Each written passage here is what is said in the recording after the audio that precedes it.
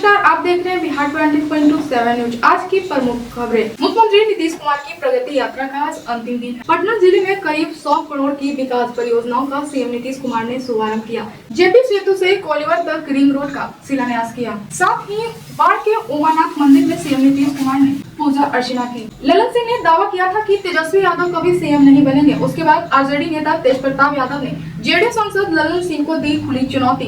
कहा तेजस्वी यादव मुख्यमंत्री बनने जा रहे हैं और ललन सिंह का जो सपना पल रहा है वो बहुत जल्द फेल होने वाला है। बीपीएससी 7वीं पीटी परीक्षा रद्द कराने को लेकर पटना हाईकोर्ट का बड़ा आदेश। पटना हाईकोर्ट ने बीपीएससी पीटी परीक्षा रद्द कर दोबारा कराने को लेकर आज कोर्ट में अहम सुनवाई की। सुनवाई के दौरान कोर्ट ने कहा कि इस मामले में अन्य याचिका भी दायर की गई है। अदालत ने सरकार को निर्देश दिया है कि वह तत्काल काउंटर एफिडेविट दाखिल करे। कोर्ट ने कहा है कि सभी याचिकाओं पर एक साथ सुनवाई 4 मार्च की दोपहर 12 बजे होगी। कोर्ट ने स्पष्ट किया है कि इस समय पर पूरे मामले की विस्तार से सुनवाई की जाएगी। इसके अलावा अदालत ने सरकार को कहा है कि वह सभी याचिकाओं पर तत्काल अपना जवाब दाखिल करे। एनडीए गठबंधन को लेकर तेजस्वी यादव ने बड़ा खुलासा किया है। उन्होंने कहा है कि एनडीए में केवल सौदाबाजी होती है। सरकार में बने रहने के लिए बिहार की जनता से कोई लेना देना नहीं है। किसानों के आय में बिहार पीछे है, बेरोजगारी, कल्याण और गरीबी में बिहार आगे है। तो इन लोगों का तो बस सौदा होता है, डील होता है कि सरकार में बस बने रहना है। बिहार की जनता से कोई लेना देना नहीं है। आप देखिएगा साक्षरता के मामले में बिहार सबसे पीछे है। प्रति व्यक्ति आय बिहार सबसे पीछे है। किसानों के आय के मामले में बिहार सबसे पीछे है।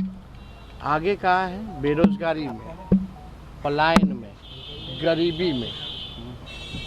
तो बिहार को आगे बढ़ाने के लिए इन लोगों ने कुछ किया ही नहीं। जनता ने इतना मौका दिया, 11 साल केंद्र में, 20 साल यहाँ। तो हम तो बार बार ये कहते रहे लोगों को कि भाई जब गाड़ी पुराना हो जाता है 15 साल से ज़्यादा तो सरकार भी इजाज़त नहीं देती है चलाने के लिए। कारण ये है कि क्यों प्रदूषण करता है, खटारा हो जाता है, धुआं छोड़ता है। तो अब 15 साल से ज़्यादा 20 साल तो सरकार को हो गई। तो अब जनता भी देख रही है कि किन लोगों ने जो है उनके साथ विश्वासघात किया। केंद्र में बैठे लोगों ने बजट में भी बिहार को ठगा। हर बार सौतेला व्यवहार किया गया बिहार के साथ। तो सारा हिसाब जो है होगा। और आज तो हम लोगों का आपका बैठक है सर, आखिरी कार्यक्रम है पूरे यात्रा का। इसके बाद तो 28 तारीख से विधानसभा चालू होगा।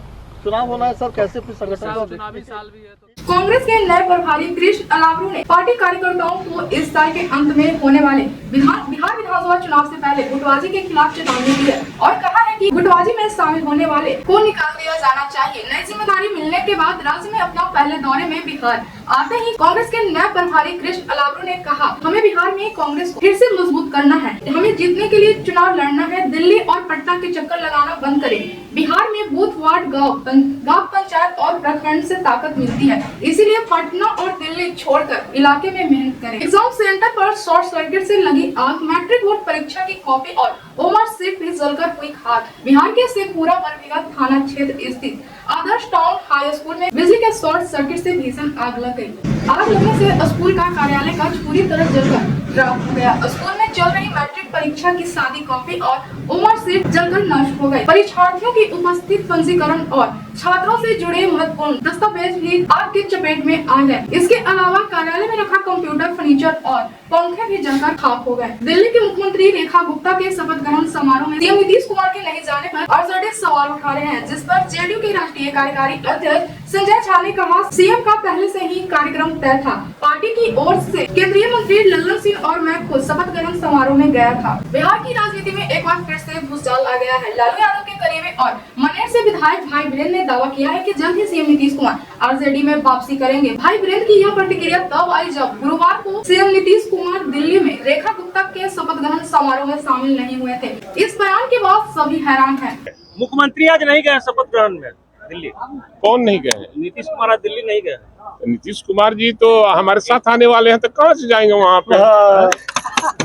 कांग्रेस महिला राष्ट्रीय अध्यक्ष अलका लांबा पटना पहुंचे। पटना पहुंचते ही अलका ने नीतीश कुमार को लेकर बड़ा दावा कर दिया है। उन्होंने कहा है कि 2025 में नीतीश कुमार बिहार के मुख्यमंत्री नहीं बनेंगे। 2025 में उनकी विदाई तय है। अलका लांबा ने आगे कहा है कि नीतीश कुमार की सरकार ने महिलाओं के लिए कुछ नहीं किया। उन्होंने कहा है कि नीतीश कुमार वादा जरूर करते हैं लेकिन उसे पूरा नहीं करते। भाजपा और जेडीयू 2025 में 225 जीतने का सपना देख रहा है। भाजपा ने लोकसभा चुनाव में 400 सीटों का दावा किया था और परिणाम सबके सामने है। बिहार में भी कुछ ऐसा ही होने वाला है। दिल्ली में बीजेपी सरकार के शपथ ग्रहण के बाद मंत्रियों के बीच विभाग का बंटवारा कर दिया गया है। वहीं बीजेपी सरकार की पहली कैबिनेट की बैठक में कई बड़े फैसले लिए गए। दिल्ली की नई मुख्यमंत्री रेखा गुप्ता सचिवालय भवन में कैबिनेट की बैठक बुलाई जिसमें सभी 6 मंत्री शामिल हुए। सरकार ने दिल्ली में आयुष्मान योजना लागू करने की मंजूरी दे दी है। इसके अलावा कैबिनेट ने संसद की पहले ही बैठक में सीएजी रिपोर्ट रखने का फैसला भी लिया है। आम आदमी पार्टी नेता अतीसी ने बीजेपी के प्रस्तावित महिला समृद्धि योजना को लेकर दिल्ली सीएम रेखा गुप्ता पर निशाना साधा है। उन्होंने कहा, पहली कैबिनेट बैठक में महिलाओं को 2500 रूपए देने का वादा पूरा क्यों नहीं किया गया। आरजेडी नेता तेजस्वी यादव द्वारा 137 अपराधों की सूची जारी करने पर केंद्रीय मंत्री लल्लन सिंह ने कहा, अपराध किसे कहते हैं, जरा अपने माता पिता के राज्य को देख के पता कर ले कि कितना अपराध होता था। अपहरण का उद्योग चलता था। साथ ही उन्होंने दावा किया है कि तेजस्वी यादव कभी सीएम नहीं बनेंगे। यादव ने कल 137 अपराध का बुलेटिन जारी किया और कहा कि अब नीतीश कुमार क्या करेंगे। अपराध किसको कर पहले ये न बताएंगे कि अपराध जो सामान्य घटना है जरा माता पिता के राज में भी देख लेते, पता कर लेते कि कितना अपराध होता था, कितना अपहरण होता था, अपहरण का उद्योग चलता था, फिरौती कहाँ वसूला जाता था, ये सब भी तो जरा ज्ञान प्राप्त कर लेना। उनको ज्ञान अभी कहाँ है, अनुभव की कमी है। कुछ अनुभव ले ले। ऐसे ही कुछ कागज जारी कर देने से वो मुख्यमंत्री का पद उनको नहीं मिलने वाला है। वो सपना देखते। सड़क दुर्घटना में पूर्णिया सांसद पप्पू यादव के रिश्तेदार समेत 4 लोगों की मौत। महाकुंभ से लौट रहे थे बिहार। इस दौरान उनकी कार हाईवे के साइड खड़े ट्रक से टकरा गई। टक्कर इतनी जोरदार थी कि कार के परखच्चे उड़ गए। पप्पू यादव की रिश्तेदार सोनी यादव समेत 4 लोगों की सड़क हादसे में मौत हो गई। यूपी के गाजीपुर में हुआ, जहां तेज रफ्तार कार गिट्टी से लदे एक खड़े ट्रेलर के पीछे घुस गई। इस हादसे में 4 लोगों की मौत हो गई जबकि एक व्यक्ति गंभीर रूप से घायल हो गया। बिहार के सासाराम में मैट्रिक परीक्षा के दौरान चीटिंग को लेकर हुआ विवाद। मैट्रिक परीक्षा की नकल नहीं करने पर छात्र को गोली मारकर हत्या। छात्र की मौत के बाद इलाके में बवाल जारी है। आक्रोशित परिजन सड़क जाम कर प्रदर्शन कर रहे हैं। भागलपुर नगर निगम के कर्मचारी ने जेडीयू विधायक गोपाल मंडल पर मारपीट करने और जान से मारने की धमकी देने का आरोप लगाया है। जेडीयू विधायक गोपाल मंडल ने नगर निगम के कई कर्मचारियों की लाठी से कर दी पिटाई। इससे नाराज कर्मचारियों ने काम ठप कर दिया है और कार्रवाई की मांग नगर आयुक्त से की है। बीजेपी विधायक टी राजा ने महाराष्ट्र सीएम देवेंद्र फडणवीस से की औरंगजेब के कब्र पर बुलडोजर चलाने की मांग। कहा, जिसने मेरे संभाजी को तड़पा कर मारा, संभाजी नगर में उसकी कब्र क्यों बची हुई है। उस औरंगजेब की कब्र पर बुलडोजर चलाया जाए। अब समय आ गया है। महाराष्ट्र ही नहीं, भारत के हिंदुओं की डिमांड है कि औरंगजेब की कब्र पर बुलडोजर जल्द से जल्द चलाया जाए। विकी कौशल की नई फिल्म छावा आने के बाद औरंगजेब की क्रूरता की कहानी फिर चर्चे में है। छावा फिल्म में मुगलों की आखिरी सम्राट औरंगजेब की क्रूरता चरम पर दिखाई गई है। छावा यानी छत्रपति संभाजी महाराज के साथ होने वाले बर्ताव किसी का भी दिल दहला दे। औरंगजेब छावा की उंगलियों से नाखून, आंखें और जीभ तक निकलवा देता है। औरंगजेब को इस बात का मलाल है कि अकेले छावा कैसे उसकी विशाल सहस्त्र सेना से लड़ रहा है। यहाँ तक कि तमाम यातनाओं के बावजूद छावा ने सरेंडर नहीं किया।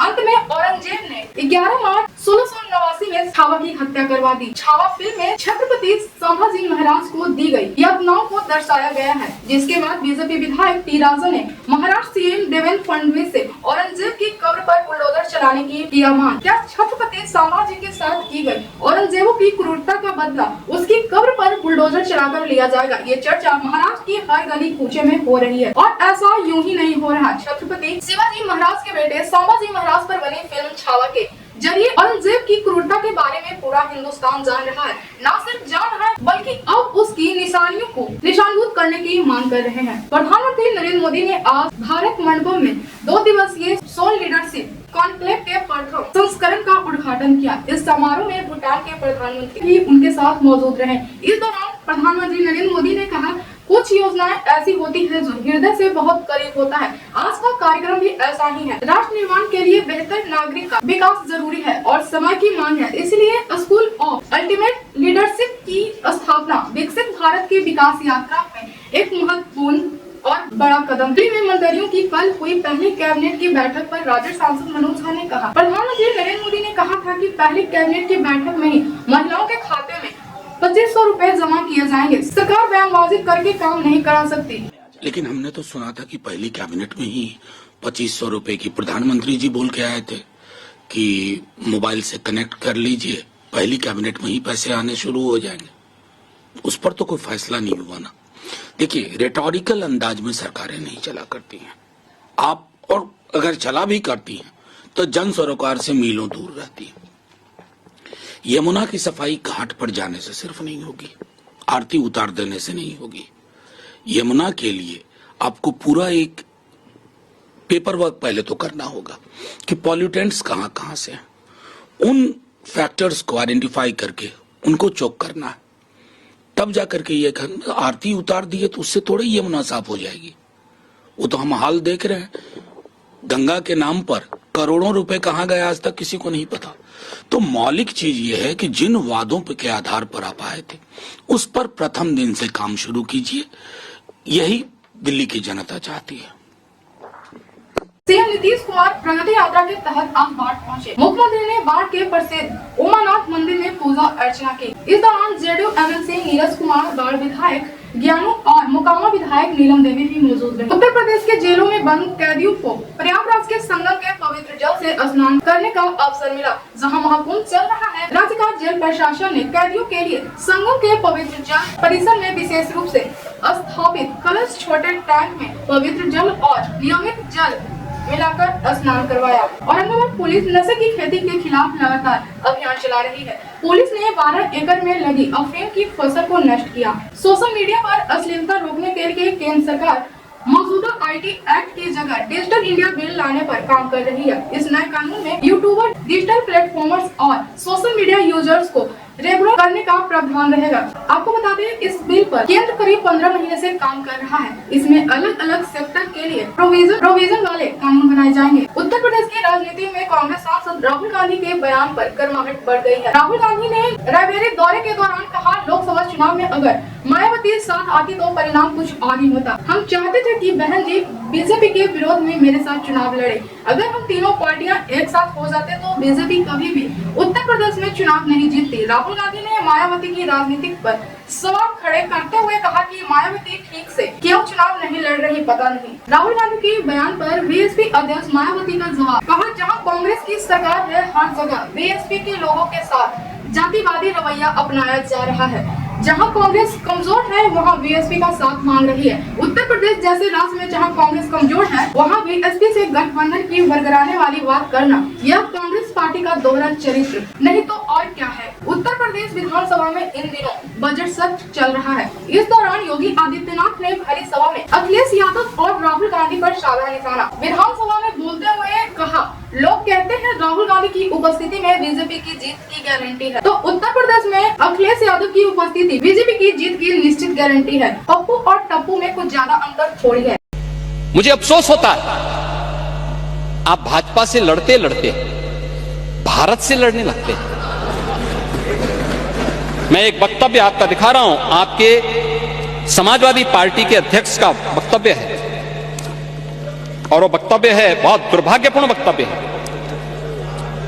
ये वक्तव्य है अखिलेश यादव का।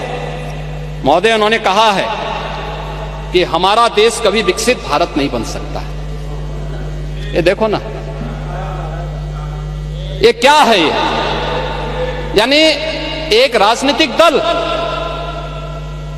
अपने देश के प्रति इतनी दुर्भावना रखता है और इसलिए देश अब इस बात को कहने लग गया है कि अगर श्री राहुल गांधी की उपस्थिति भाजपा की जीत की गारंटी है तो उत्तर प्रदेश में से अखिलेश यादव की उपस्थिति भाजपा की जीत की निश्चित गारंटी है।